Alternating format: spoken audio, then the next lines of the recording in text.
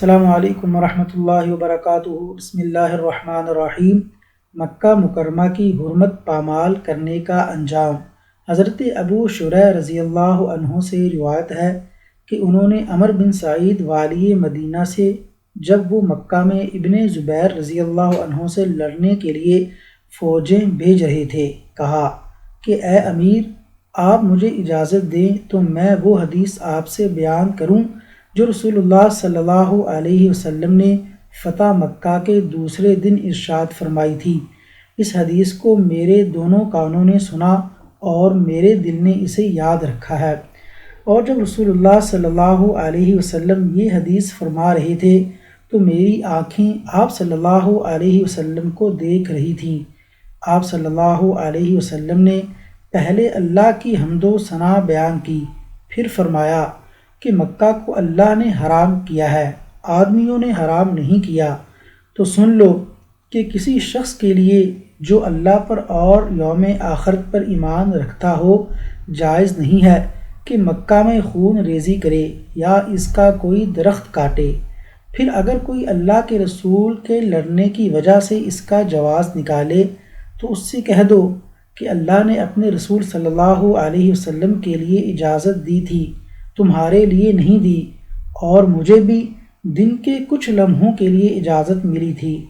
آج اس کی حرمت لوٹ آئی جیسی کل تھی، اور حاضر غائب کو یہ بات پہنچا دے۔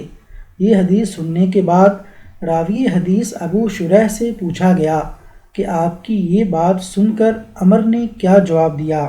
کہا یوں کہ اے ابو شریح، حدیث کو میں تم سے زیادہ جانتا ہوں، مگر حرم یعنی مکہ مکرمہ کسی خطا کار کو یا خون کر کے اور فتنہ پھیلا کر بھاگ آنے والے کو پناہ نہیں دیتا۔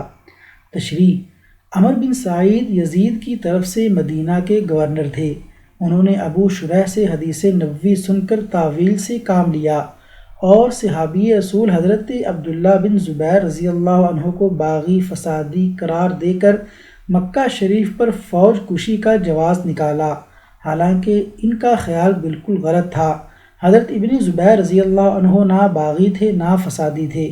نص کے مقابلے پر رائے و قیاس اور تعویلات فاسدہ سے کام لینے والوں نے ہمیشہ اسی طرح فساد برپا کر کے اہل حق کو ستایا ہے۔ چونکہ حضرت عبداللہ بن زبیر نے یزید کی بیعت سے انکار کر کے حرم مکہ شریف کو اپنے لیے جائے پناہ بنایا تھا، اسی لیے یزید نے عمر بن سعید کو مکہ پر فوج کشی کرنے کا حکم دیا۔ حضرت عبداللہ بن زبیر رضی اللہ عنہ شہید کیے گئے اور حرم مکہ کی سخت بے حرمتی کی گئی۔ انا للہ و انا الیہ راجعون۔ حضرت زبیر رضی اللہ عنہ رسول اللہ صلی اللہ علیہ وسلم کے پھوپھی زاد بھائی اور حضرت ابو بکر رضی اللہ عنہ کے نواسے تھے۔